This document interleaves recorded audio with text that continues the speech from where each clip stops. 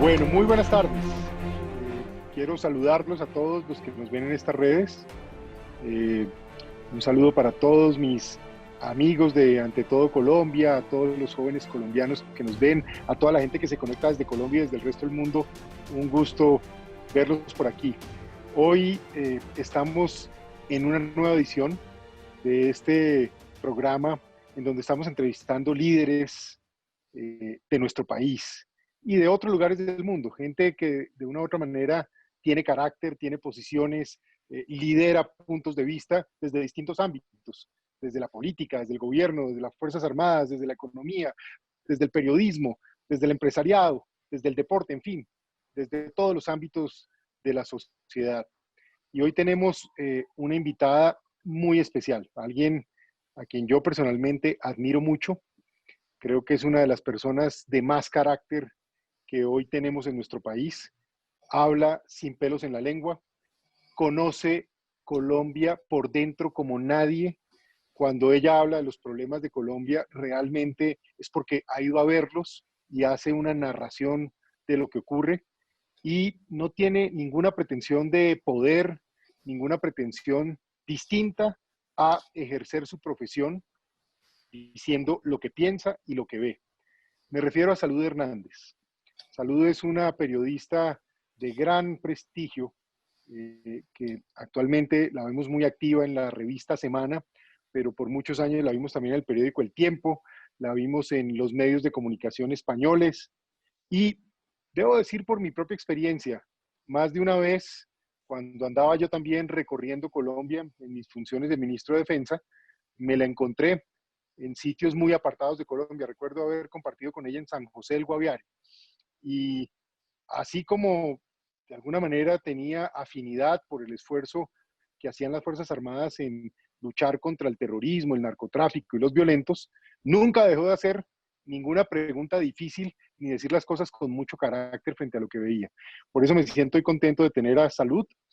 Salud, bienvenida, un gusto tenerla aquí. Y hoy la tengo de entrevistada, porque usted siempre es la que entrevista y la que pregunta. Entonces hoy vamos a tener una conversación amable, pero yo voy a ser el que hago más preguntas. Adelante, Bueno, Salud. bueno, muchísimas gracias, Juan Carlos, por esa presentación tan generosa y tan amable. Muchísimas gracias. Además que durante el tiempo que estuvo usted en ministro con Santos, yo di palo a ese gobierno. Así que no, yo le agradezco la entrevista, lo que además no me preocupa porque usted es político, con lo cual no nos va a quitar el trabajo. Porque a este paso, entonces sabemos que esto es algo temporal y que no es un riesgo profesional. No, buen punto. No pretendo ser periodista ni me ha faltado eso. Se lo dejo a los expertos como usted. Pero sí me ha encantado, hoy en día yo creo que es este tema de la tecnología y de las redes sociales que permite que uno de alguna manera tenga una conversación fluida, directa y que en cierto sentido invite a la sociedad a que forme parte de la conversación. Entonces yo hoy lo que digo es conocer tanta gente con liderazgo, y yo creo que usted lo tiene, Salud, lo digo con toda franqueza, eh, pues me parece interesante poder invitar a mucha gente a que la conozcan y la vean desde una óptica más común y corriente, haciéndole preguntas que de pronto otra gente no se atreve a hacerle. Y voy a arrancar. Muy Hay bien. una cosa que mucha gente siempre dice, y esto voy al punto. Dicen, a ver, esta señora es española y viene y habla de Colombia con más propiedad que cualquiera. ¿Cómo es eso? ¿Usted qué tan española es? ¿Qué tan colombiana es? ¿Y por qué se siente con derecho a hablar con tanto carácter y tanto, eh, digamos, posición frente a los temas de Colombia? Bueno, primero pues yo me siento muy española, obviamente. Nací en España, soy madrileña. Cada vez que, yo no sé si cada vez más madrileña que española, pero me siento muy española. Y también colombiana porque hace, en el año 2002 creo que fue, a los 5 años de estar yo en Colombia, te puedes pedir la nacionalidad. En España puedes pedirla a partir de los 3 años, pero aquí a partir de los 5 se puede tener la doble nacionalidad. Los que nacimos en mi época, que ya casi es como la prehistoria, los que nacimos en mi época siempre vimos, España era muy orientada a lo que llamábamos Iberoamérica. Es decir, usted abría un periódico español, yo me conocía quién eran los presidentes de los países latinoamericanos porque incluso había secciones en los periódicos fijas de Iberoamérica, casi diarias, porque estábamos muy cercanos. Eso tenía una razón lógica y es que el régimen de Franco, del general Franco, que era una dictadura, pues era rechazada por el mundo occidental, por así decirlo, el mundo más desarrollado, y los únicos que le daban la mano, le tendían la mano, eran países latinoamericanos que también estaban regidos por dictaduras. Tiene, por lo que sea, y por lazos históricos, y cuando un español, yo estudié fuera, tuve la suerte de estudiar fuera desde pequeña, usted se encontraba en algún sitio y enseguida con quién hacía amistad, con otros españoles y con mexicanos, puertorriqueños, venezolanos, con quien hubiera fuera, es decir, por esa afinidad que tenemos. Entonces, digamos que yo cuando llegué a Colombia en el 98 yo no me sentí extranjera. Yo si hubiera ido a Suecia, o hubiera ido a Pakistán, o hubiera ido a Suiza, yo no me saco la doble nacionalidad, porque no tengo nada que ver con ellos. Sin embargo, para un español de mi época, sobre todo, yo creo de mi generación, yo creo que también los jóvenes, pero de mi generación, esto no es extraño.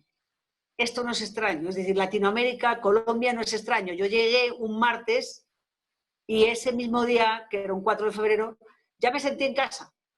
Ya me sentí en casa, ¿sabes? Es que tú te sientas con un latinoamericano y es como un español. Yo me senté con un colombiano y me sentí en casa desde el primer día. Por eso, a los 5 años de estar aquí y pensar que me iba a quedar, pues me pareció que si me comprometía era con todas las de la ley y debía sacarme la doble nacionalidad pues para tener un mayor compromiso y desde entonces, desde el 99 recorro el país como reportera, entonces por eso lo conozco bien, por mi trabajo. Saludos. Después de escucharlo entonces me queda claro que llegó hace 23 años a Colombia. Le voy a dar un dato. Hace 23 años nació mi hija.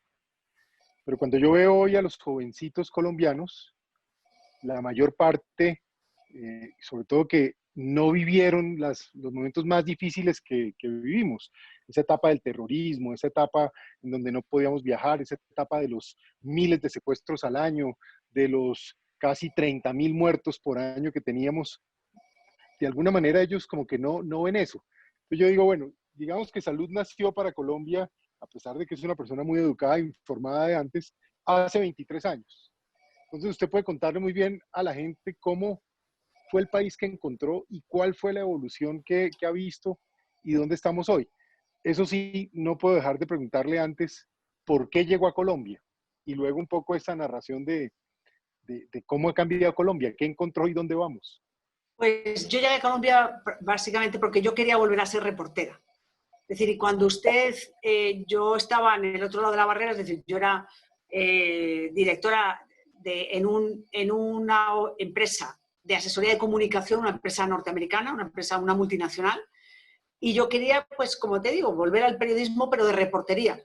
Cuando tú tienes un determinado estatus salarial, nadie entiende que tú te quieras rebajar el salario 4 veces para hacer la reportería y no conseguía ser reportera en España, ¿no? ¿Cómo vas a ser? No, eso no. Entonces yo pensé, bueno, lo voy a hacer por fuera. Cuando antes se hablaba de Pakistán es porque yo conocí Pakistán, a mí me encantaba Pakistán, me parecía un país apasionante y mi idea era ir a Pakistán, que esa empresa que estaba en todo el mundo me mandara a Pakistán, estar ahí y después de quedarme allí para ser reportera en Pakistán. Entonces me dijeron, no, Pakistán para los británicos. ¿Por qué no escoge algo en América Latina? Obviamente, si tú quieres ser reportera y abres el mapa de América Latina, ¿dónde te vas? A ver, en ese momento, Claro. en el año 98. Pues obvio. Entonces, aquí aterricé con esa idea en la cabeza y una idea que no sabía si me iba a salir bien o mal, pero me salió. Es decir, con la apuesta me salió. Y en el año 99 empecé a trabajar con El Mundo de España y a escribir columnas de opinión en El Tiempo.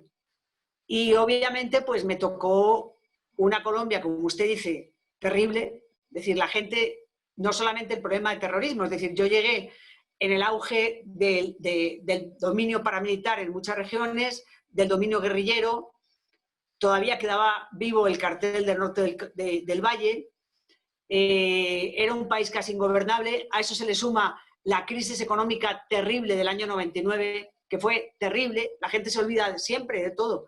No solamente la crisis del UPAC, es que era una Colombia sin futuro. Los jóvenes de hoy deberían saber que cuando hacían encuestas en las universidades en el año 99, la mayoría de los estudiantes, su futuro era irse del país, estudiar fuera, trabajar fuera. Eso era lo que querían los estudiantes. ¿Y qué pasa? Que cuando la gente dice que no podía circular por las carreteras, se olvidan que la carretera entre Medellín y Bogotá se rebajó el tráfico hasta en el 70%. Pero ¿qué ocurre, Juan Carlos? Que tenemos periodistas, colegas de mi edad, que vivieron todo eso y solamente por su politiquería absurda, por esa manera de hacer un periodismo sesgado, dicen que lo único que querían la gente es poder ir a su finquita, a rumbear a la finca, a pasar, era poco menos que los únicos que sufrían eran los 4 ricos que tenían finca. Y no saben que se cayó eso, el transporte de carretera, que la gente se tenía que encerrar a las 6 de la tarde. A mí me tocó ir a Almeta y más de una vez tuve que quedarme en la carretera hasta las 6, que se abrían los pueblos, acuérdate, o que te podían dejar circular. Es decir, uno se pasaba de madrugada en la carretera.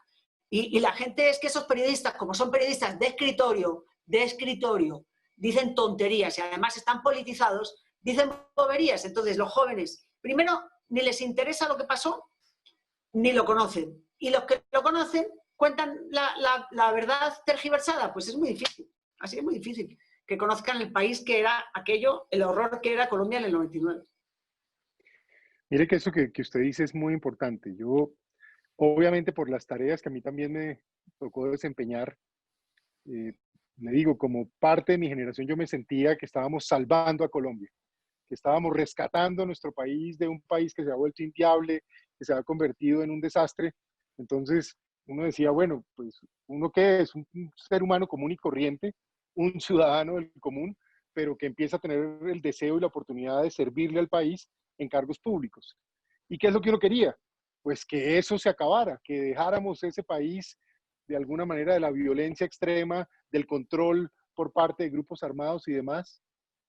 ¿Y qué se imaginaba uno? Pues que esto nos iba a llevar seguramente a una sociedad, eh, llamémosla más occidental, más de alguna manera de un país más avanzado.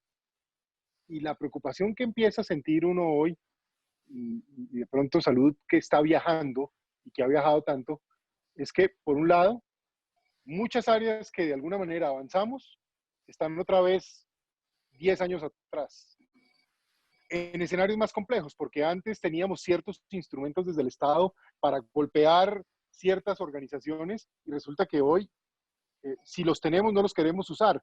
Y si los usamos, se vuelve un problema de orden político y de dudas de todo tipo.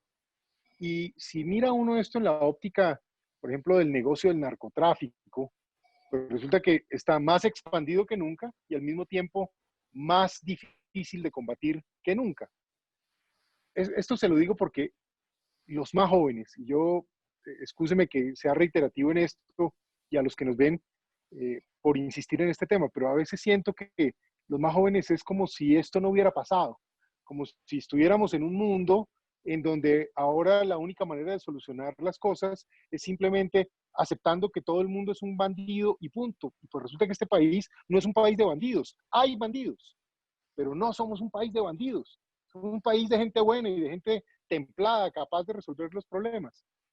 ¿Usted qué está viendo cuando está yendo al terreno? Sé que ha ido recientemente al área de Vistarrica. Me acuerdo cuando la secuestró el ELN allá en la zona del Catatumbo, que de pronto ahora nos cuenta un poquito de detalles de eso. Sé que ha estado también viendo las zonas donde está el famoso Clan del Golfo, también allá en la zona de Córdoba y demás. ¿Qué está viendo usted en el terreno?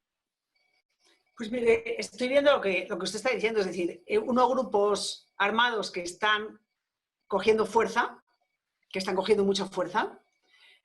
Combatirlos, primero, hay unas fuerzas armadas que están sin plata porque no tienen recursos. Entonces tú ves pirañas en los ríos y las ves ancladas, las ves amarradas, no ancladas, amarradas, porque no hay plata para por ejemplo, vas por el Atrato y te vas para Río Quito y resulta que están ahí las lanchas y pueden ir muy poquito. Te vas un poco para la zona de Bojayá, pues lo mismo, porque no hay plata como antes. Los helicópteros también están medida la plata de los helicópteros, es decir, y solamente para aprovisionar las tropas, pues es prácticamente para lo que hay plata, para aprovisionar a las tropas. Entonces, estamos en un panorama difícil, además, con unos grupos armados que son diferentes, que operan de una manera distinta. Es decir, son iguales en la obtención de recursos, se alimentan del narcotráfico, de la minería ilegal, de la extorsión, mucho menos secuestros también. Solamente algunos se dedican al secuestro, pero hay mucho menos. Pero su manera de actuar es distinta. Y yo no veo que haya como un esfuerzo institucional para combatir a esos grupos, que cada vez son más fuertes, con unas nuevas estrategias. No lo veo tan claro, no lo veo tan fácil, porque además para combatirlos ahora necesitas con mucha más fuerza ir a la fiscalía, necesitarías el Poder Judicial más comprometido, porque son diferentes, no es bombardearles en un campamento, no es un combate abierto, es distinto, tú necesitas a la fiscalía fuerte, a los jueces, y eso no existe, ni va a existir. Usted como yo, Juan Carlos, no nos contemos historias. Es decir, a mí que me van a decir que en Tierra Alta, Córdoba, o en Valencia, en Tierra Alta, el fiscal se va a atrever a ser ahí Rambo. Pues no, porque lo matan si va a Montería, en la carretera, es decir, salvo que vaya en tanqueta. Entonces, hay determinadas zonas, Caucasia, yo que sé, en Tarasá, tú no vas a tener héroes, porque los héroes están, muchos de ellos en el cementerio y nadie se acuerda de ellos. Entonces, no veo que haya un esfuerzo institucional para solucionar eso. Y luego, al mismo tiempo, tú para combatir este tipo de terrorismo, de narcotráfico, de bandas, que tú necesitarías un consenso político y no lo hay. Y tú necesitarías tener al otro lado, no a Venezuela, que es una desgracia para Colombia. Han cambiado el régimen en Ecuador y ya se nota. Es un gobierno que no es fuerte, pero se nota la diferencia, porque ya hay colaboración. Pero aún así, es decir, tú necesitarías un consenso político aquí y no lo va a haber. Y usted y yo sabemos que no lo va a haber. Este es un arma arrojadiza contra el gobierno y la izquierda la va a utilizar hasta el último día, porque no le interesa y más con el panorama o el horizonte de las elecciones en el 22. No va a haber un consenso. Si consenso político es imposible. Tú necesitarías que todo el Estado atacara a los grupos con una estrategia integral y eso no lo vamos a tener. Entonces, bueno, sí, detiene el otro día al indio, pues es un tipo muy importante. Es un golpe bueno que le han dado a las disidencias en el norte del Cauca, pero no es bastante. Porque va y hay 8 más que ocupan su lugar, y peores a veces. Entonces, yo veo un panorama difícil y aquí en Bogotá no les importa. Aquí viven en una burbuja. Y no digo los jóvenes, su hija y todos los jóvenes. Esos les encanta Petro y todo lo que huele a la derecha es horrible y ellos es que ni les importa esa otra Colombia. Usted menciona eso y ahora entramos a hablar un poquito de política y de Venezuela, pero quiero aprovechar esa experiencia de la que usted habla, de la que todo el mundo habla, pero usted sí tiene y el resto del país no. Una de las cosas que a mí me aterra es que me encuentro incluso gente, incluso económicamente muy bien ubicada, con empresas y dinero, y hablan con una propiedad sobre temas que en su vida han visto, les han contado, pero obviamente tienen una postura ideológica y política. O pasa mucho también con, usted mencionaba, algunos amigos periodistas que hablan con gran propiedad ideológica de unos temas, pero con unas realidades muy diferentes en el terreno. Y ni qué decir de los jóvenes, van a las universidades, van a los colegios, obviamente tienen todo el derecho a tener un punto de vista libre, afortunadamente tenemos democracia, valorémosla porque de pronto un día dejamos de tenerla, entonces cada quien puede opinar lo que quiera y ocurrirse lo que quiera, pero hay muy poca vivencia y conocimiento sobre qué ocurre en el país. Yo le pediría a usted, descríbame cómo es la vida en un lugar como el sur del Meta o el Caquetá o en el Catatumbo. Nárreme cómo es la realidad allá, cómo funciona el Estado, cómo funcionan los grupos armados. Cuéntele un poquito a la gente y sobre todo a los que nos ven, cómo es esa vida real, que usted se ha ido, es que los demás hablan y no han ido. Pues mira, vamos a poner un ejemplo de algo más urbano. Saravena. Saravena, Arauca. Arauca, porque tiene aeropuerto. Es decir, uno puede llegar en Satena de Bogotá a Saravena. Yo creo que debe ser la segunda ciudad en Arauca. No creo, es la segunda ciudad. Es decir, y es una región petrolera, digamos Saravena, ¿vale? Una ciudad media, bueno, pequeña, pero media, desde un pueblo grande, con aeropuerto.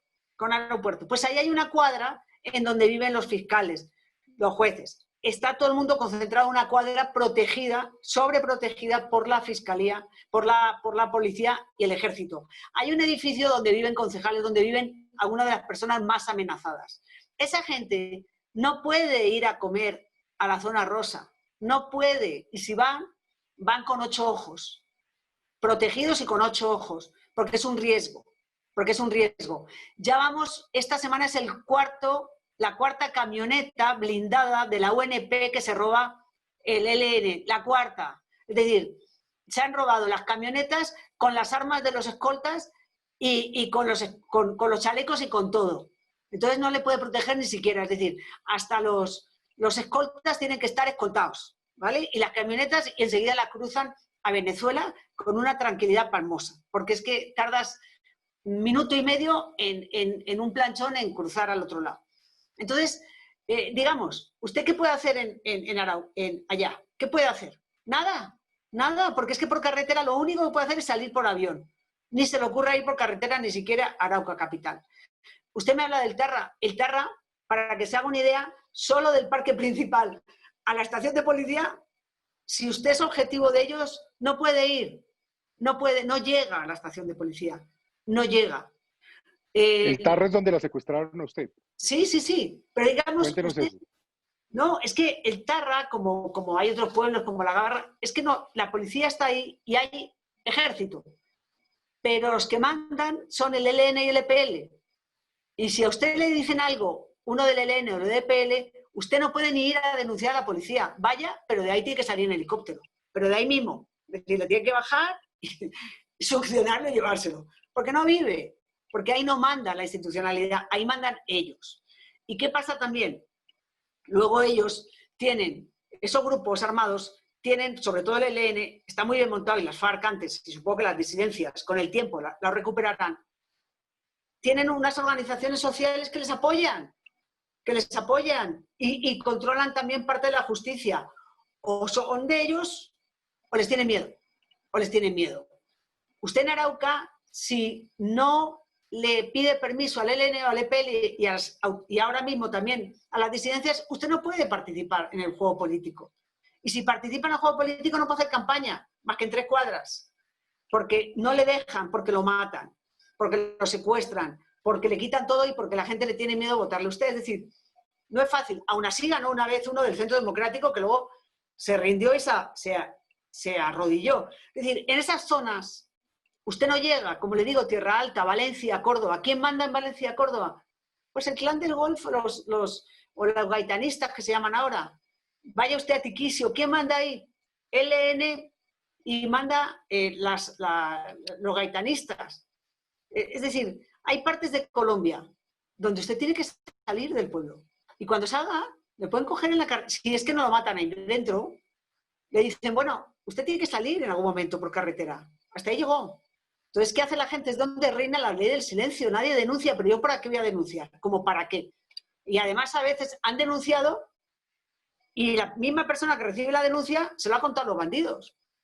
O tienen a alguien dentro que se encuentran los bandidos, como dicen ellos, ¿quién es el sapo? Entonces, así es muy difícil. Usted puede hacer grandes discursos en Bogotá, pero a esa provincia la gente no le va a creer porque los que mandan son los otros.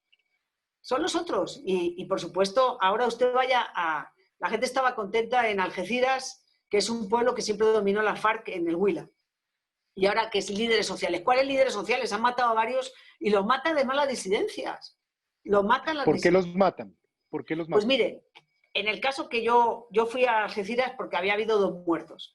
Una señora sí era líder de barrio, sí es cierto, pero había estado con las FARC de antes, ¿no? Con el Paisa y otra gente, con las FARC de antes.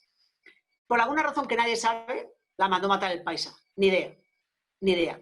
Otro que mataron, según aquí, líder social, según allá, una persona que estaba cobrando extorsiones a nombre de las disidencias. Entonces el Paisa lo mandó matar. Pero no sabe, porque hay gente, el Paisa está en Venezuela y manda a llamar a la gente y la gente tiene que ir a Venezuela. Es decir, usted tiene una vacuna o tiene algo, tiene un problema y usted si lo quiere resolver, no va a la fiscalía ni va a la comisario de policía, no. Usted se va a Venezuela para que el Paisa le arregle el problema que tiene en Algeciras o que pueda tener en Balsillas o en las zonas donde él controla. como si usted tiene ahora mismo en La Tunia un problema, o si usted tiene un problema, pongamos en Playa Rica, si tiene un problema en San Juan de Osada, donde el otro día mataron a 7 militares, usted en San Juan de Osada, ¿a quién se va a ir? ¿Se va a ir a San Vicente a poner una denuncia a la fiscalía allá? ¿A la policía va a ir a denunciar? O pues yo no, yo me voy a que me arregle el problema alias Calarcá, o si puedo llegar a Gentil, pues oye, eso ya es como irse aquí, el presidente se lo arregla. Entonces son mundos diferentes. Es decir, y usted ahí no puede hablar por teléfono a ver al alcalde, no, usted tiene que ir hasta allá y hablar con la gente y hablar disimulando, porque tampoco, en cuanto usted llega, todo el mundo ve que es de fuera. Entonces usted tiene que estar comiéndose un pan haciendo como que, qué rico está esto, oiga, por cierto, y tal. Es decir, todo es medio escondido porque los que mandan son ellos. Vaya usted al Suárez, Cauca, a ver quién manda. Majin Buu y su gente. Entonces me muero de risa cuando sale una defensora de derechos humanos que se llama Francia Márquez y dice que los paramilitares son los que atentaron allí. ¿Contra qué? ¿Los para qué? ¿Los paramilitares? ¿En Suárez, Cauca? Eso es solamente disidencia de la FARC. Solo disidencia de la FARC. Es como si en Carepa... No, a mí en Carepa me atacó la guerrilla. ¿Qué? En Carepa. Hombre, seamos serios. Entonces, es un país, el de aquí, y el otro es ese otro país. Y ese otro país ahora mismo está en manos de disidencias, del ELN, y de los gaitanistas, de los caparrapos y de bandas de todo pelaje. Yo obviamente la escucho y me da un poco de frustración, para no decir rabia, le voy a ser franco. Por supuesto, el país nunca ha estado pacificado, por supuesto, el país nunca ha estado, digamos, como un país de remanso de paz, pero debo decir que a mí me consta que un poco en esas mismas regiones, esos mismos tipos, les tocaba correr y los correteábamos, por lo menos los incomodábamos, por lo menos se tumbaban a varios. Pero ahora yo lo que noto es, el Estado paró y estos tipos no solo continuaron allí, sino se adaptaron, se acomodaron y están aprovechando como, mejor dicho, toda la posibilidad para expandirse, para no dejarse tocar, porque de alguna manera juegan ahora con la camiseta de líderes, juegan con la camiseta de personas de bien, ya no tienen que andar en campamentos. De una u otra manera entran en una fase de mayor sofisticación. Y el Estado, en cambio, los avances que ha tenido incluso los debilitó. Y si los fuera a usar los del pasado, ya no le sirven. Usted bien decía, si uno dice, vámonos ¿a bombardear a quién? Si posiblemente no hay muchos campamentos ni muchos sitios de estos. Están entre los barrios, están otra vez, de una u otra manera, en una posición bastante cómoda. Esto me lleva como a otra pregunta y de pronto conecto esto con el tema de su secuestro y perdóneme. Ahora, si el tema le choca, no se preocupe porque uno entiende también que esa experiencia no tiene que ser para nada agradable, pero usted la vivió y yo creo que la vivió porque no solo entró al área, en este caso del ELN, como ha entrado al área de las FARC, como ha entrado al área de los clan del Golfo, de los gaitanistas, de los caparrapos, usted entraba a todas. Eso es algo que yo valoro y respeto porque es que, insisto, hay gente que habla de lo que no ha visto, habla incluso de lo que le cuentan es los mismos grupos para hacer su propaganda. Es una cosa dramática. En esa línea, yo creo que usted entró en una zona que estaba muy en disputa por el ELN y el EPL, o de alguna manera esa disidencia del EPL que está ahí. Esto es narcotráfico por donde uno lo mire. Es decir, ahí no hay más que hacer. Y yo creo que mucho del poder de esta gente, de todas maneras, no está enfocada solamente en el poder de las armas, sino en el poder de la economía ilegal. ¿Cómo se ve esa economía ilegal? ¿Cómo funciona? Y de pronto, siquiera al final nos cuenta cómo fue su secuestro. ¿Y qué vio? No, ahí están felices porque desde que Juan Manuel Santos decidió que no iba a fumigar y que no iba a erradicar, pues es la felicidad. A mí, incluso yo conozco a algún cultivador y me decía, doctora, ¿usted qué? Digo, pues hágale, hermano, hágale, aproveche, porque esto, cultive lo que le dé la gana, que aquí no va a venir nadie, ¿no? Ya nos reíamos, porque es que era ridículo. Es decir, pensar que la gente iba a arrancar las matas y iba a poner a cultivar yuca, sobre todo pegado a la frontera de Venezuela, es decir, absurdo.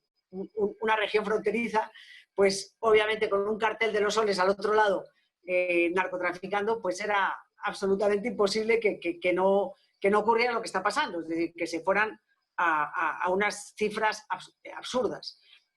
Obviamente que la violencia ha bajado, por supuesto que ha bajado la violencia. Es decir, una cosa es que haya grupos armados en esas zonas, una cosa es que todavía estén en ese poder y otra cosa es que la violencia sea la misma que antes. No, desde el momento que desaparecen los paramilitares como AUC, Autodefensas Unidas de Colombia, y desde el momento que desaparecen las FARC, la violencia baja.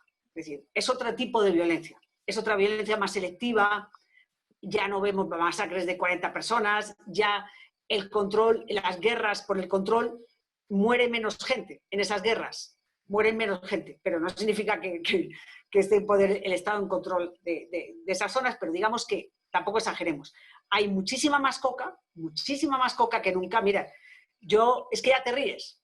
Yo de verdad, yo voy al sur del Cauca y ya me río. Es que yo les digo, pero es que ustedes son muy descarados, hombre, ya son descarados. Pues disimulen, pero ¿para qué va a disimular si no va nadie a quitársela? Entonces en el Catatumbo es eso, es decir, ya son descarados, descarados. Hay muchísima coca, llevan 30 y 40 años cultivando en algunas zonas. Es que es muy difícil usted también cambiar una cultura, porque ya no solamente es que no hay otro producto, es que es la cultura. Y lo del secuestro pues fue en exceso, digamos, uno está en esas zonas y pues claro, yo fui precisamente porque estaban ellos, porque estaba el ELN y el EPL, pues me fui a enterar cómo estaba la cosa. Es decir, porque si tú no vas, no te enteras. Y el ELN, pues me jugó una mala pasada, que no es normal, me citó en un sitio, porque primero me quitaron todo, eso sí, no me lo esperaba, después me citaron que me lo iban a devolver y cuando en lugar de devolvérmelo, pues me dijeron, no, se queda con nosotros y te dan una ropa para que te cambies y ya pues quedas en sus manos durante una semana. Pero yo no he hecho, decir, a mí no me preocupa hablar del secuestro, lo que pasa es que me parece ridículo. Ridículo. Imagínense la semana que viene que ya celebramos el 12º aniversario de Jaque, gente que estuvo 10 años secuestrada, 10.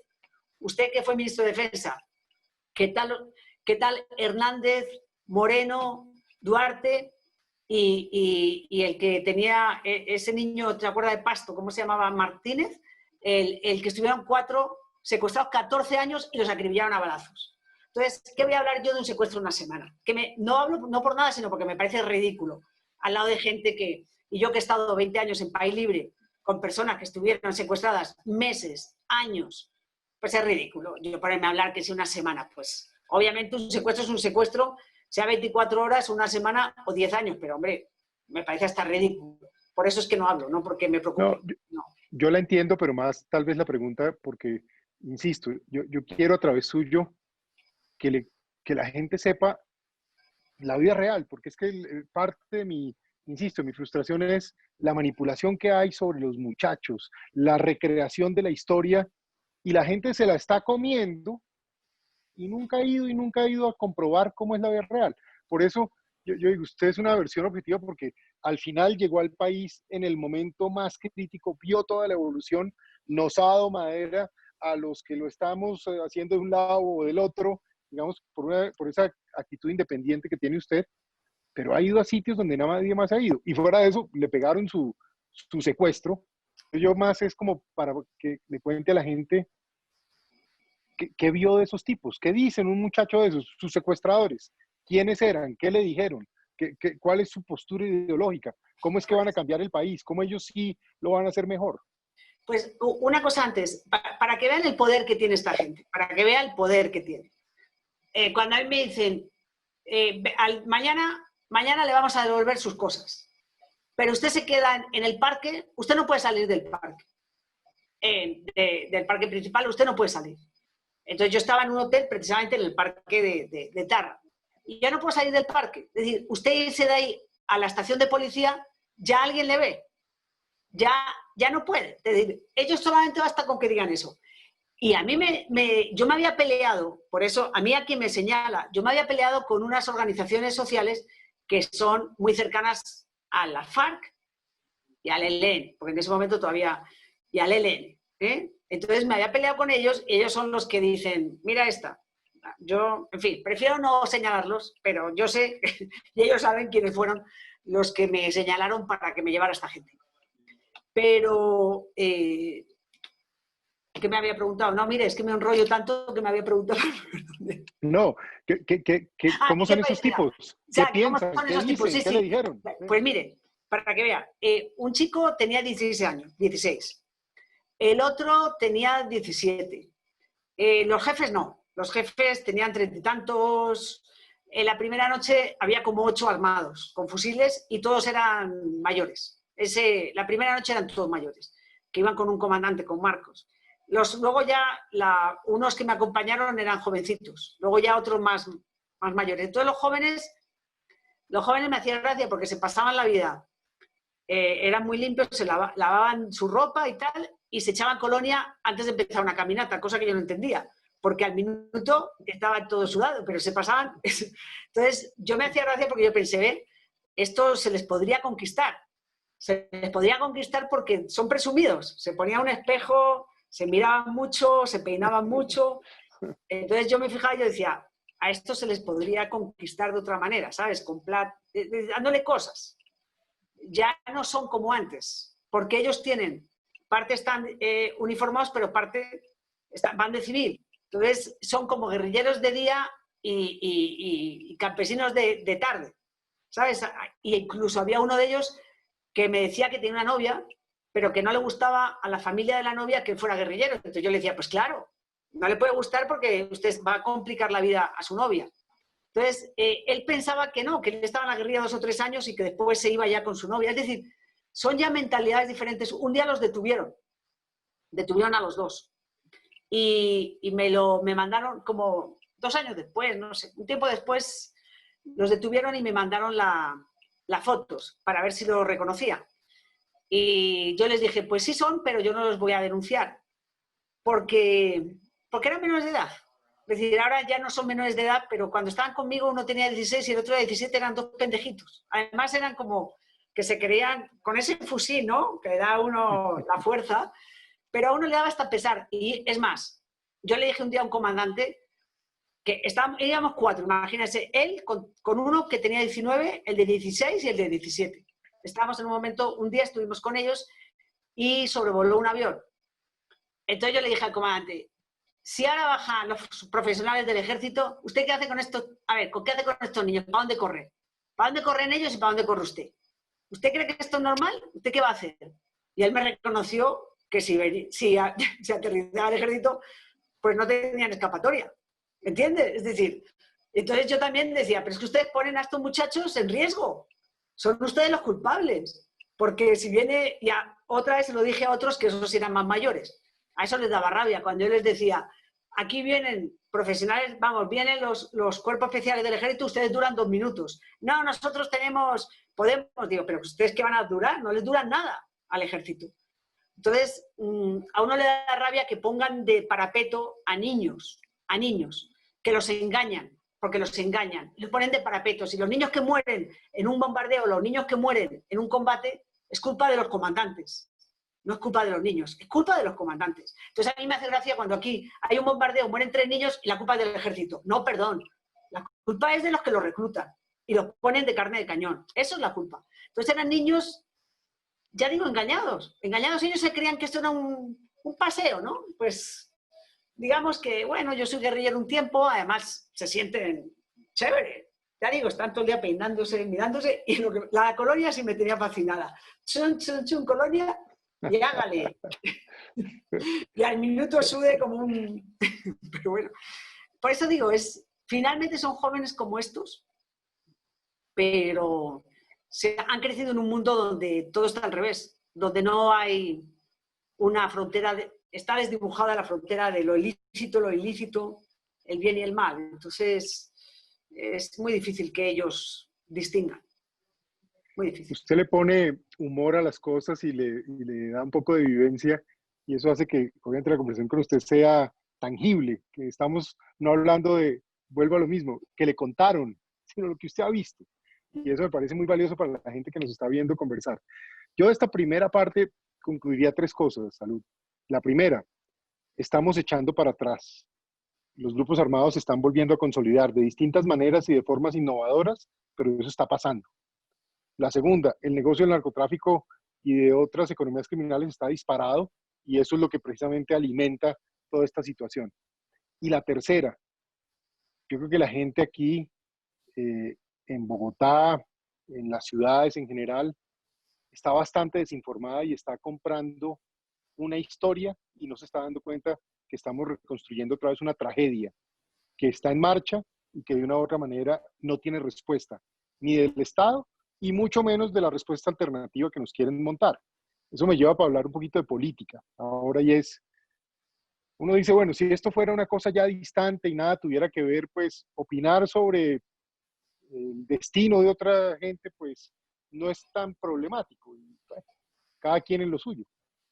Pero resulta que esto está conectado con una perspectiva política y es tratar de llevar a Colombia a que a través de una alianza política, donde por supuesto no son los hombres en armas los que van a llegar al poder, sino grupos de gente que de una u otra manera validan ideológicamente toda esa violencia, toda esa cuestión absurda que acabamos de describir, pues en cierto sentido lo están haciendo, veo yo, a través de dos cosas. ¿Sabe usted cómo lo ve? Uno, tratando de convertir a todo el mundo en Colombia en un criminal, para que los crímenes que allí se han cometido ya sean irrelevantes. Entonces todo el mundo ahora es un corrupto, todo el mundo ahora es un narco, todo el mundo ahora es un bandido, y si ellos eran unos bandidos, pero todo el mundo es, ¿cuál es el problema de que ellos representen a la sociedad colombiana?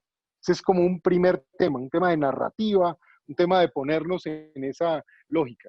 Y claro, aprovechándose un poco de la tecnología, de la vida cómoda que en cierto sentido ha ido evolucionando, y del dolor humano, porque aquí hay desigualdad, aquí hay pobreza, aquí hay dificultades, gente que no logra educarse, gente que no tiene suficiente ingreso o ninguno, pues a partir de ahí un poco ensanchar esta idea de que todo lo que ha habido es un fracaso, es una narcocracia y que hay que reemplazar la narcocracia por una gente que ha estado en lo mismo, pero es que la diferencia es que, pobrecitos, es que a ellos sí les toca y todo el mundo es un bandido.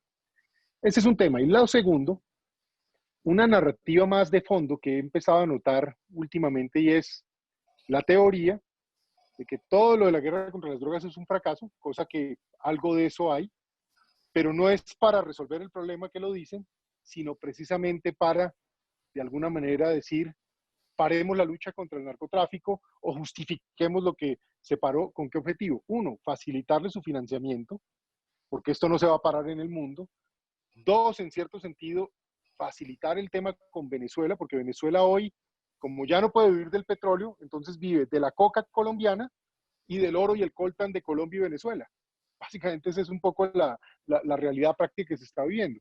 Entonces, con estos dos elementos, están llevando un poco a la sociedad colombiana ya a hablar de el modelo económico que tenemos no sirve, toda la clase política es totalmente corrupta, todo lo que hicimos en el pasado fue una violación total de los derechos humanos, ergo, pues entonces acudamos a los superhéroes que antes estaban en armas, estaban en los grupos terroristas y ahora de alguna manera son gente de bien. ¿Y qué me duele detrás de todo esto? Que ese consenso que sí hubo, porque sí hubo consenso acá, Salud, yo incluso creo que yo empecé a sentir que el consenso se rompió cuando yo estaba siendo ministro y yo lo que traté todo el tiempo fue de ser la bisagra para que eso no se rompiera, porque como comienza esa gran pelea política, mi tema era cómo protegía yo las instituciones, cómo lograba que todavía siguiéramos avanzando, pero ya a mi salida, eso yo siento que se rompe. Y hoy en día parte del establecimiento que de alguna manera entendía que había que luchar contra los carteles de la droga, contra los grupos armados de distinta índole y color, pues ya incluso está más bien alineado a esa nueva narrativa. Me extendí un poco y quise como darle esa perspectiva porque yo quisiera ver usted cómo lo ve y cómo le contamos esto a la gente, cómo despertamos a los jóvenes, cómo les hacemos notar que la gran historia de Colombia fue precisamente porque en los últimos 20 años fuimos capaces de más o menos crear un consenso, más o menos unirnos y salir de andar de un país que estaba de rodillas a un país que está erguido, pero que se está empezando otra vez a echar para atrás. Porque es un país que se consiguió, pero muy dividido. Es decir, el gobierno anterior, en los últimos 4 años de Santos, dividió mucho el país. Es decir, salió de ese último gobierno, salió un país muy dividido, o más dividido de lo que estaba, porque pues división ha habido, más dividido de lo que estaba. Entonces, ¿qué pasa? Que si a todo lo que usted ha dicho no se reconoce nada de lo que se hizo en su día, Es decir, yo creo que el primer gobierno de Uribe, los primeros 3 años de Uribe, Uribe devolvió la esperanza al país. A uno le puede gustar o no Uribe, pero es que devolvió la esperanza al país. Para mí después cometió muchísimos errores y de alguna manera borró muchos de los éxitos que pudo tener los primeros años. Pero devolvió la esperanza. Pero entonces ahora, como la narrativa es por redes sociales, son mínimos caracteres, son 4 titulares y 5 sinvergüenzas, que son los que están escribiendo la historia del país, pues es muy difícil contrarrestarlo. Cuando usted lo tiene que contrarrestar en redes sociales, que hay unas guerras tremendas, muchas de ellas compradas, porque es que ni siquiera se puede discutir. Esos son ataques, insultos a diestro y siniestro. Entonces los jóvenes se informan por las redes sociales, les parecen más atractivos los personajes estos que están apareciendo, cuentan, como dice usted, todo el mundo es culpable, luego nadie es culpable. Porque eso ha sido la estrategia de las FARC. Juan Manuel Santos para mí le sirvió en bandeja esa estrategia y la JEP le ha ayudado a la estrategia. Es decir, aquí juzgamos al mismo tiempo al ejército, a las FARC, a uno que aparezca por ahí de Marte, también lo juzgo, entonces todo el mundo es culpable, luego la FARC en realidad no hicieron nada malo. Y los temas más complicados pues los dejamos como para el final, ¿no? ¿Reclutaron niños? Bueno, pues tampoco. ¿Violaron niñas? No, tampoco. Dejemos eso al margen. Entonces, es muy difícil así que usted le cuente a los jóvenes lo que hay. Si a todo lo que, a la situación actual, y a ese desconocimiento, a esa narrativa que es tendenciosa, que es mentirosa en muchos casos, a ese ventilador que se prende, entonces todo el mundo es malo, ahora Marta Lucía Ramírez es terrible, la otra, es decir, cuando tú empiezas a dibujar un panorama donde todos son bandidos, y ya al final nadie es tan malo, y además le sumas la crisis económica tan profunda que va a haber, tan honda con el coronavirus, tan honda. Yo lo que creo es que están pavimentando el camino para que venga el populismo de izquierda representa Petro, porque no nos digamos mentiras, esto tiene un nombre y apellido, tiene Gustavo Petro, porque ahora mismo no hay otro en el panorama que ocupe ese lugar. Entonces, yo creo que todo lo están haciendo para que venga el Salvador. ¿Y quién es el gran Salvador? Pues el populista de izquierdas, porque si el año pasado, en noviembre, aquí hubo un paro terrible, injustificado. Era un paro puramente político. En un momento bueno de la economía, ¿se imagina lo que va a ser noviembre? ¿Se imagina el próximo noviembre? Cuando sea un año y encima haya razones económicas, con otra narrativa también, que los empresarios son todos unos sinvergüenzas, que aquí es un mundo de ricos y pobres. Con todo eso, yo sí me temo, yo sí me encuentro, y además, no solamente la gente más desfavorecida, los jóvenes que viven en situaciones de privilegio absoluto, también han comprado todas esas mentiras, porque es que muchas veces son tergiversaciones, pero mezclan verdad con mentiras, son mentiras, es una historia mentirosa la que están narrando. Entonces yo creo que sí están pavimentando el terreno para que llegue un Petro y todo el mundo diga, no, pues el Salvador, el único que entiende al pobre y el que se enfrenta al rico. Y a eso va a jugar Petro y a eso va a jugar mucha gente. Y hay personas que no juegan a Petro, pero le hacen el juego. Y a lo mejor cuando se quieran dar cuenta va a ser tarde. Ellos esperan, no, esto va a beneficiar a Fajardo y vamos a tener un gobierno de Fajardo. Bueno, vamos a ver. Yo creo que todo se está poniendo de tal manera el ajedrez para que Petro tenga muchas opciones. Y él lo sabe y él juega bien sus cartas, porque además no tiene escrúpulos. Yo desde una persona que dice que va a hacer un examen médico en Cuba, y yo no me lo creo, vamos, pero bueno, allá él y su conciencia. Sí, la capacidad de mentir es una cosa que hay gente que la tiene y hay muchos que simplemente no la tenemos. Pero pareciera que los que hacen esos juegos de poder les resulta muy bien mentir, falsear, engañar, y eso es simplemente parte del repertorio y no pasa nada. A cualquier persona normal o de bien sale con una jugadita medio mal presentada y de inmediato eso tiene un costo de reputación y para toda la vida. Aquellos que han estado acostumbrados a construir su vida a partir de la violencia, la mentira, el niño, no importa qué hagan, pareciera que no los afecta y pareciera que la gente se los tolera. Eso es un tema que uno reflexiona y dice, pero ¿esto cómo es posible? Pero yo digo estas cosas no solo porque esté feliz conversando con usted, Salud, sino porque esto en el contexto de todo lo que hemos estado hablando, yo creo que tiene que servir para que más y más gente poco no se deje manosear, no se deje engañar, no se deje, como decíamos en el colegio, tocar la cara, porque es que no puede ser que eso pase y esté pasando y uno crea que no, que eso no es con uno. Sí hago notar como eso con cierta determinación. Luego que la oigo hablar de Petro y de Fajardo, ya que menciona esos dos nombres, porque pareciera que son los, mejor dicho, lo más probable es que uno de los dos sea presidente de Colombia hoy a esta hora. ¿Quién creyera? ¿Quién creyera? Pero hoy a esta hora pareciera que es así. ¿Cómo se imagina el gobierno de Petro? ¿Cómo se imagina el gobierno de Fajardo? El gobierno de Petro me parece un horror. Es decir, Petro es una persona autoritaria, es una persona que no escucha ni a su círculo. Es decir, le pasó cuando fue alcalde de Bogotá, que no era capaz de hablar con su gente. Es decir, yo creo que Antonio Navarro, pues nunca lo diría porque es un hombre discreto, pero yo creo que no se lo aguantaba nadie. Es decir, no escucha a nadie. Para mí ese es el pecado principal de Petro, es que no escucha a nadie. Es un dogmático, es una persona que se cree en posesión de la verdad. Pienso que tiene unas ideas muy autoritarias que serían nefastas. Además, esa lucha siempre de ricos y pobres, a mí siempre la he encontrado peligrosa y que es nefasta y no hace que un país avance. Entonces, lo de Petro me parecería terrible. Y sus ideas económicas a veces es que no son coherentes. Unas veces dice una cosa, parece muy radical, pero de pronto cambia, da un timonazo, pero no sabe si lo da porque conviene o qué. Es decir, yo no me fío de Petro, no me fío nada y tenemos la prueba, su alcaldía, que fue una catástrofe.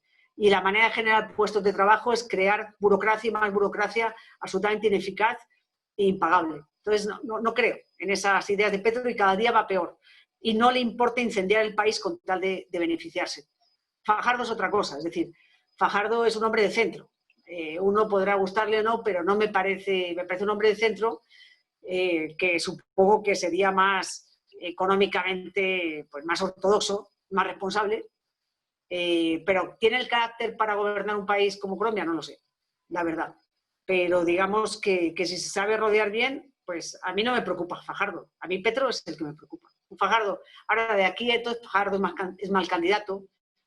De aquí entonces no sé. Yo creo que la única ventaja es que este país tiene dos vueltas y que cuando en la segunda vuelta quede Petro, pues esperemos que enfrente haya alguien que pueda contrarrestarlo. Y eso escuchándola, lo que lo pone uno a pensar es en que el país no se puede simplemente conformar con esta realidad que se está construyendo. Es decir, este es un país que tiene y ha demostrado que es capaz de salir adelante, ha demostrado que cuando hay que actuar, se ha actuado.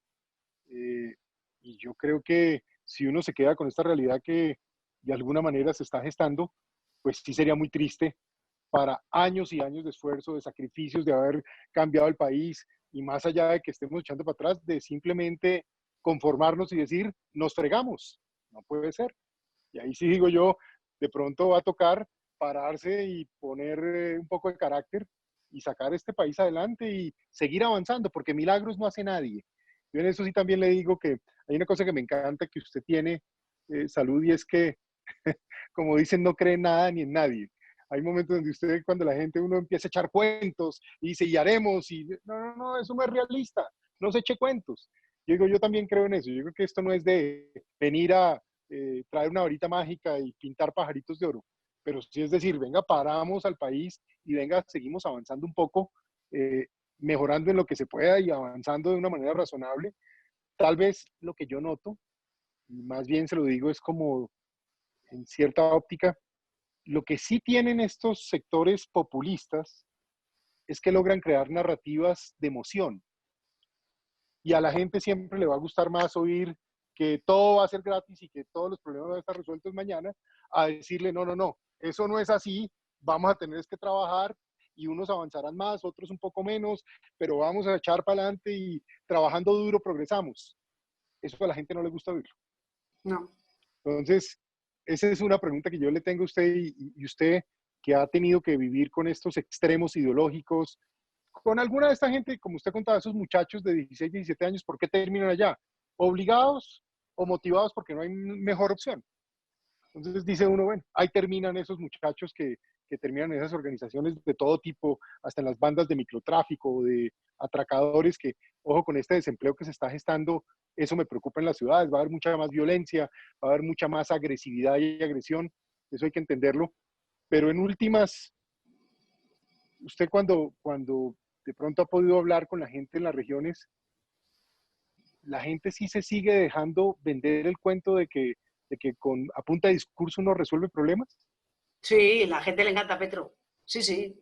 Yo por eso le digo que yo sí creo que tiene posibilidades, porque es que escucho su nombre en muchas partes. Más pueblos por ahí Vale. perdidos, el único que nos escucha, el único que le importamos los pobres. Es que ha calado ese discurso de pobre y rico. Yo sí, claro que me preocupa Petro. Es que es mucho más fácil decir, no, yo le voy a poner impuesto a los banqueros, acabo con ellos, voy a hacer un banco público. Es decir, todas las cosas económicas, todas las propuestas económicas que han sido un fracaso en el planeta, en mil veces que vuelve y no hacen y vuelve y fracasa, no importa, él las dice, la gente no le importa, las escucha mil veces porque no quieren escuchar malas noticias, no quieren escuchar de sacrificios, de sangre, sudor y lágrimas, como dijo Churchill, no quieren. Entonces prefieren que venga Petro y les prometa la luna, y les prometa la luna.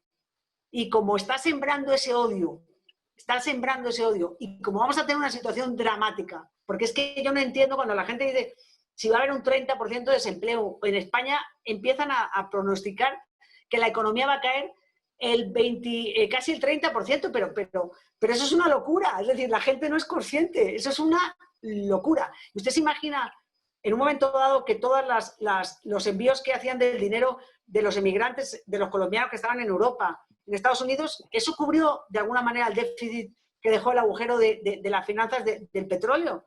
Pero ¿qué tal ahora? Si no va a haber remesas, si las remesas ya se han caído, pero se van a hundir al infinito. Entonces, viene aquí el salvador de la patria, el señor que va a repartir el maná, y la gente le va a comprar eso.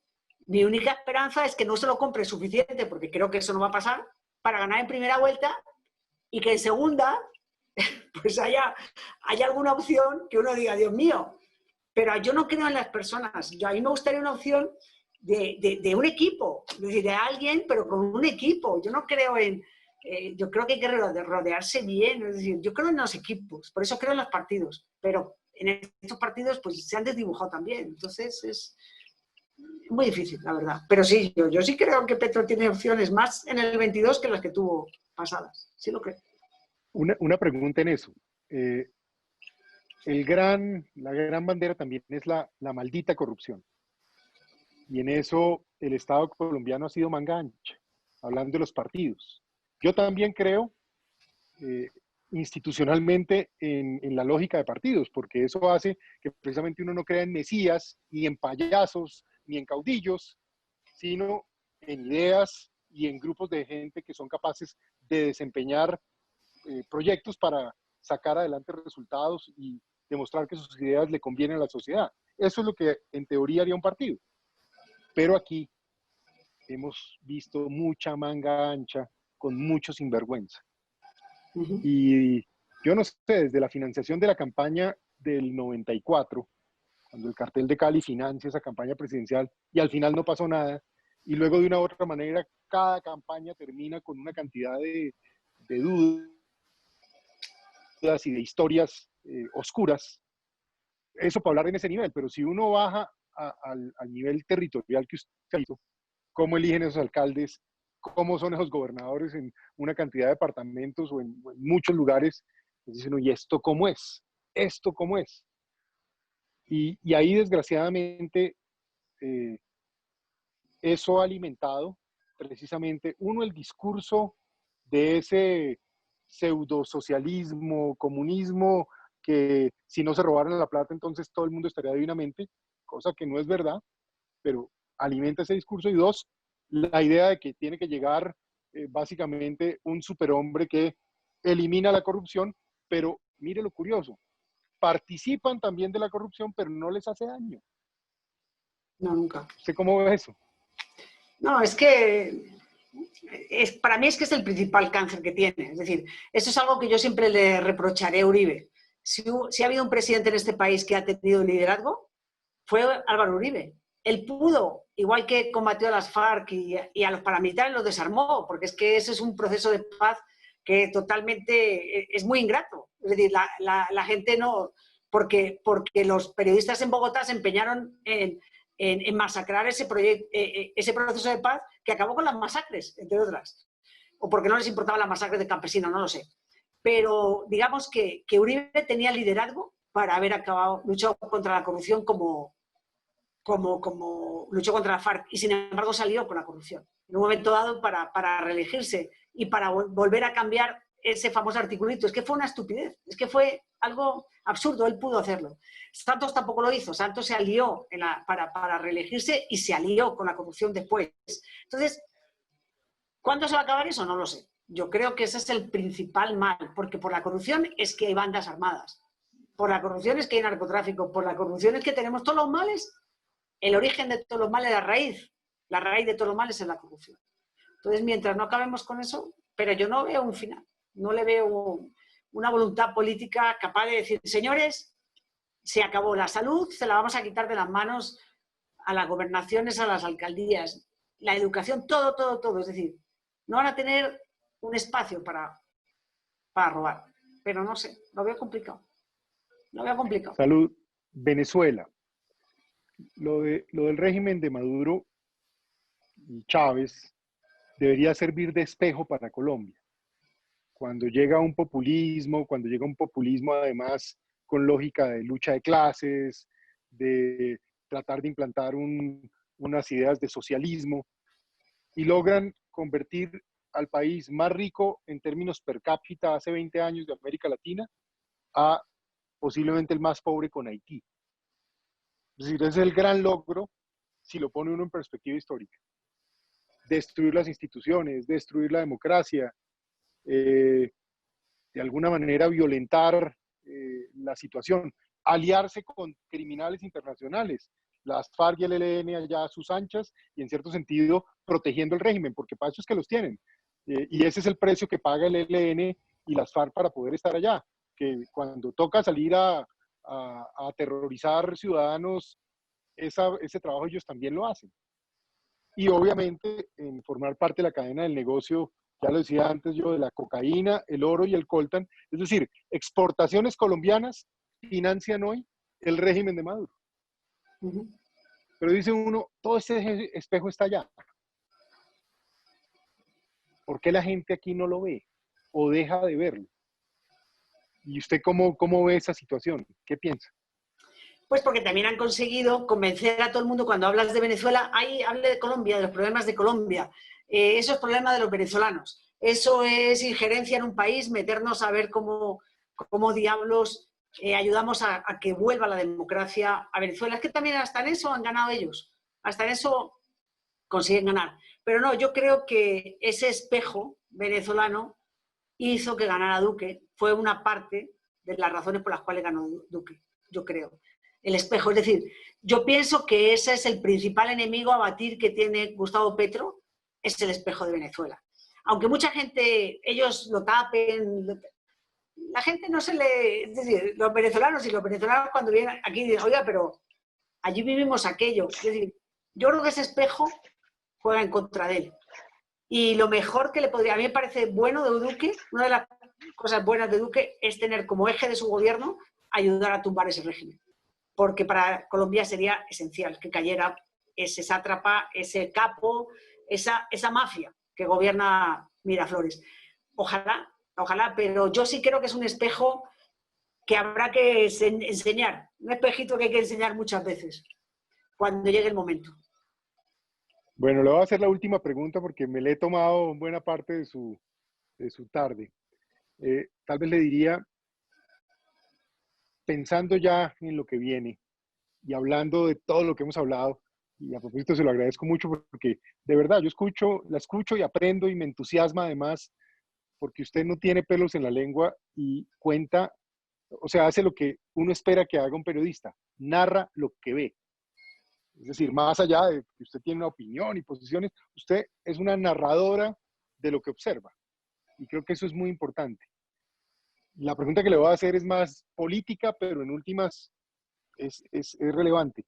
¿Cómo hacemos para que nuestra sociedad, nuestros jóvenes, entiendan lo que está pasando? ¿Cómo hacemos? Es decir, ¿qué les decimos? ¿Qué les contamos? ¿Qué nos hará falta hacer para que la gente entienda esta situación y no se deje meter en un cuento?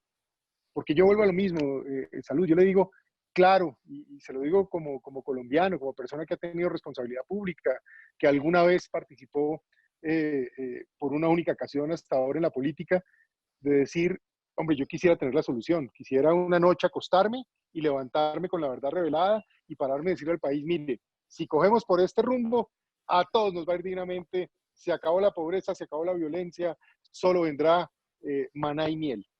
Eso no va a pasar nunca. Eso es mentira. Eso es un cuentazo. Eso es imposible. ¿Cómo hacemos para que la gente más bien crea y entienda? Uno, que le están engañando. Dos, que hay una realidad tangible. Pero tres, que tampoco se puede quedar en la pelea de los políticos que ya pasaron, sino más bien tiene que entrar a abordar una perspectiva en donde de alguna manera entienda que de verdad es con trabajo duro, haciendo lo que hay que hacer así cueste, tomando decisiones difíciles para, por ejemplo, que haya más gente con pensión, para que haya más posibilidades de empleo, para que haya mejor infraestructura, para que haya más educación, pero todo eso son decisiones que cuestan, que no son magia. Usted, después de ver todo lo que ha visto en Colombia, como nadie, que ha mirado hasta debajo de las alfombras, ¿cómo hacemos para que la gente entienda? Los jóvenes no tengo ni idea, porque los jóvenes hay que llegarles de otra manera. Hay que llegarles con su lenguaje, con su manera, ellos se comunican de una manera diferente. Es decir, ¿cómo llegarles a los jóvenes? No tengo ni idea. ¿Qué es el lenguaje que les interesa? No tengo ni idea cómo se hace, pero no les estamos llegando. Es decir, eso sí lo sé, no les estamos llegando. Y la izquierda les está llegando, la izquierda radical, porque hay una izquierda que a mí no me preocupa. Pues un día ganan, pues oye, pues ganaron. Así es la democracia. Pero la izquierda mentirosa, tramposa, sin escrúpulos, esa me preocupa. Y sobre todo la izquierda dogmática y autoritaria. ¿Cómo les llegamos? No tengo ni idea. Ni idea. Ni idea. Al resto, tampoco. Al resto creo que hay que seguir intentando hacer el trabajo como Dios manda. Creo que sería muy bueno si Uribe se retirara para siempre. Es decir, para siempre. Porque sí pienso que se uribiza demasiado la discusión política. Como uribizan tanto el debate político, no se puede discutir normal. No se puede discutir con cosas técnicas. Todo es, y tú también, o eso es Uribe. Es decir, es muy difícil. Si uno habla así, entonces yo soy uribista. Si digo que Uribe hizo bien en los primeros años, eres uribista, eres fascista, eres paramilitar. Es muy difícil así. Entonces, porque una cosa es, a mí no me gustará Petro, pero yo no digo a los que votan por Petro que son guerrilleros, que son... No, no. Es decir, no tienen por qué. Hay gente que piensa que eso es lo bueno. Bueno, ¿qué le vamos a hacer? Es decir, yo pienso que están equivocados, pero no los insulto, pero es que aquí te insultan. Entonces es muy difícil discutir. Es que yo ni leo los comentarios, es una lista de insultos. ¿Cómo contrarrestar eso? No lo sé. Por eso digo que creo que tenemos de momento la batalla perdida. ¿Que tengamos la guerra perdida? No. Pero esta batalla sí la tenemos de momento. Cuando digo la tenemos, no digo la derecha solamente, que a mí me da igual, porque a mí hay gente de la derecha que no me gusta nada. Si la derecha es Bolsonaro o la derecha es Trump, pues apague y vámonos. Eso es terrible. Eso es un horror. Entonces, digamos, la gente que creemos que las discusiones deben ser técnicas, que debe haber consensos para salir de esa situación económica, tendría que haber un pacto derecha-izquierda en este país, tenía que haber un pacto. Es que de esto no vamos a salir fácil. De esto no se sale discutiendo ni matándose, de esto se sale con pactos. Porque esta situación económica, yo ni sé, vamos, no sé cómo la vamos a superar. Pero no sé cómo llegar a su pregunta, ni idea. Ahí le dejo dos reflexiones finales. La primera, yo sí creo que gente como usted tiene mucho por hacer y mucho por ayudar en esta situación. Lo que pasa es que también, y se lo digo pues con afecto, Salud, a mí a veces cuando me doy cuenta que usted está en la mitad de la nada, me preocupa. Y le pido que se cuide, por favor. Hágame caso. Alguna vez se lo dije. Yo sé por qué le digo, porque puede que yo no conozca el país en la dimensión que usted lo ha conocido, pero quizá la conozco en las dimensiones más complejas por haber estado allí, pero tomando decisiones que eran necesarias y que volvería a tomar con toda decisión, se lo digo. pero sí es necesario que gente como usted vaya y tenga esa capacidad de venir a contarle a la sociedad lo que está pasando y le haga eso que le dije hace un rato, que usted hace muy bien. Usted es una narradora de lo que observa. Y yo creo que si a eso además lográramos, ya estoy aquí ya especulando en lo que no sé, pero lográramos hacer esto un poco más visual, más video, más tangible para el consumo de la gente eh, que hoy está gastando muy poquito tiempo en cada tema y al mismo tiempo necesita cosas que la impacten, pues creo que usted podría ayudar mucho, mucho en eso como nadie. Esa es mi primera reflexión, así que la pregunta la respondo con usted misma. Necesitamos más salud y necesitamos más salud contando lo que está Le digo pasando una y cosa, alimentando esto. le digo una cosa. Para llegar a los jóvenes, lo primero que tendría que tener yo es una cuenta de Instagram, ¿vale? Eso para Cierto, empezar. ¿Entiendes? va a pasar, Imagínense. No, no, yo la tengo y jamás la he usado. Porque me la ya abrió es alguien hora. este año. Y no, ni la voy a usar, no me interesa. Pero para que usted entiende, ve el abismo, el océano que hay. Bueno, Pero y la mire, segunda, y la nos segunda. digo yo que nos deben estar viendo cientos de jóvenes, espero miles. ¿Sí? Y cuando nos vean, ¿sabe qué creo yo? Que hay que decirles que nos escriban para que les recomienden a usted cómo se le llegan los jóvenes. No, no, Y no más pienso bien tener cojamos toda esa Instagram. Es que no, información es y que la ponemos a usted a hacer eso. no, es que me niego. Es decir, Instagram, no, eso va contra mi principio. No, no, no, no. Ya. Bastantes que me Bueno, tengo que aguantar por lo que hay. Y la consejo segunda, final. No, en eso no le diría, no, no haga el Instagram como toda esa gente que muestra ese mundo falso de unas fotos increíbles, sino más bien haga el Instagram como las fotos extraordinarias que hace hoy en día el Economist y BBC, que salen unas fotos que uno queda impactado ahí mismo viendo la realidad. Con una foto ve uno todo. Usted nos va a hacer eso, estoy segura. Mi segunda reflexión es esta, y se la digo ya más desde mi óptica y desde mi propia experiencia. Esta ya no es una reflexión tanto para usted como para quienes nos ven y para el país y para los jóvenes en general. El mundo de las redes sociales está creando la posibilidad de que los liderazgos se construyan ahí y se construyan a partir de decir frases y a partir de ser bueno para Instagram, bueno para el YouTube. Y estamos terminando en una era en donde es más importante ser, para lograr tener la posibilidad de gobernar una nación, un buen youtubero o un buen tuitero o un buen, digamos, comunicador de ideas cortas, que un gerente, que un ejecutor, que una persona con valores y principios. Y se lo digo porque eso me empieza también a aterrar de la política en Colombia. Cuando estábamos en las elecciones pasadas, yo se lo digo a todo el mundo sabe que el presidente Duque y yo tenemos una relación de vieja data y que le tengo además mucho aprecio y que hoy me preocupa cuando veo que a veces queda tan solo. Hará cosas muy bien, unas no tan bien, unas regular y otras mal. Eso pasa en todos los gobiernos, pero digamos, a veces de verdad que lo veo solo y por eso yo me siento también con el deber institucional, patriótico y además un poco personal, de apoyar, de acompañar, por el bien del país. Es el presidente que tenemos. Pero cuando estábamos en las elecciones, alguna vez yo dije, ¿qué me preocupa? Que llegue al gobierno una persona que no ha manejado problemas. Entonces, una cosa es decir uno en un medio qué es todo lo que haría y otra cosa es haberlo ejecutado, haberlo hecho o entender las restricciones políticas, económicas, sociales para hacerlo. En otros tiempos, y usted se acordará, a uno cuando estaba más joven le decían, hombre, si usted quiere servir, tiene que formarse como un estadista.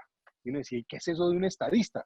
Bueno, es un tipo que se prepara en materia económica, en materia de seguridad nacional, en materia de relaciones internacionales y, por supuesto, en materia de políticas sociales. Entonces, ese era un poco el tema para que precisamente los estados pudieran conducirse bien. Hoy yo veo que lo que más importa es cómo sale usted precisamente en Instagram. Digamos, si se echa la historia que la gente quiere oír y si lo dice en un tonito o en una cosa.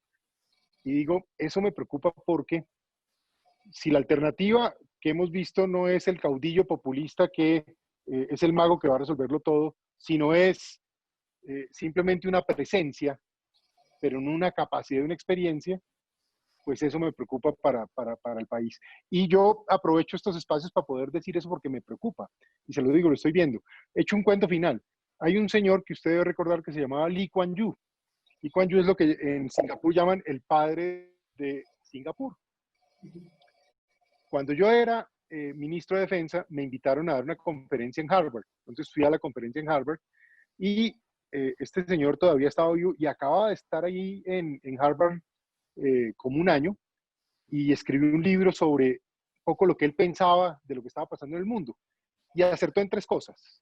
Uno, dijo, mire, ojo porque la tecnología va a generar unas oportunidades increíbles, pero va a crear unas distancias más grandes de las que hay.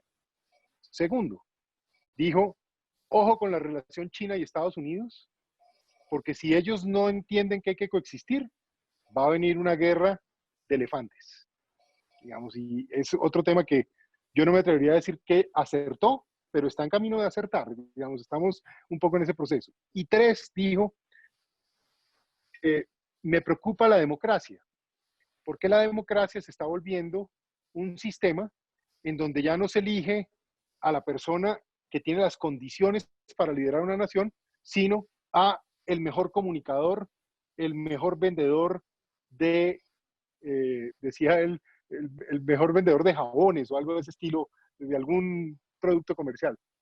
Cuando yo leí eso, le voy a hacer una confesión, me chocó. Y yo dije, mire este dictador a venirnos a dar clase de democracia a las democracias. ¿Quién se cree el señor Lee Kuan Yew? Sí, claro, ¿quién se cree? Bueno, el tipo que hizo una isla que era tan pobre como Buenaventura y la convirtió en el país más competitivo del mundo, en un ejemplo de todo lo que uno quiera ver, pero no era una democracia. Entonces yo decía, no puede ser. Hoy en día miro para atrás y creo que tiene absoluta razón.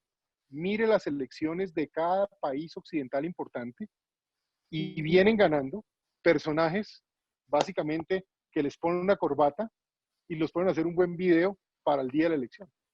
Y esto se está volviendo una constante. Eso me preocupa, porque ¿sabe qué se genera eso? Un desencanto en el sistema. Porque entonces la gente dice, bueno, pero escogimos, se supone, el de las ideas correctas, pero no produce resultados, no avanza. Entonces, ¿qué hacemos? Deje esa reflexión ahí muy larga, pero le digo, es un tema que pasa por mi cabeza y que siento el deber de plantear aquí también. No, pues claro, si gana Macron de 39 años, luego, pues, digamos que no ha resultado el peor, pero Angela Merkel es lo menos. Y tenemos a un Pedro Sánchez en España, después de tener el gobierno que tiene España de esa mediocridad tan famosa, pues cualquier cosa es posible. Cualquier cosa es posible.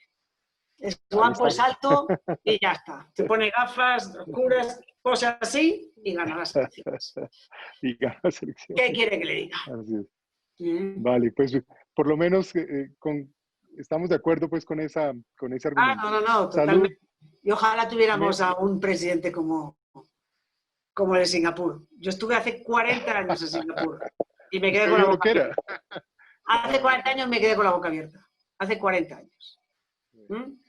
Yo estuve el año pasado y le cuento que es decir, esto es el hace planeta más avanzado. 40 años. Yo fumaba, no sabía qué hacer con la colilla por la calle. Hace 40 años. Todo era orden, todo era organización perfecta, qué aeropuerto, qué edificios, qué calles, qué gente, qué educación, qué civismo. Obvio que había algún barrio todavía pobre. Alguno, poquito. Mejor que no pongan a la gente a prueba. No se imagina cómo está eso hoy.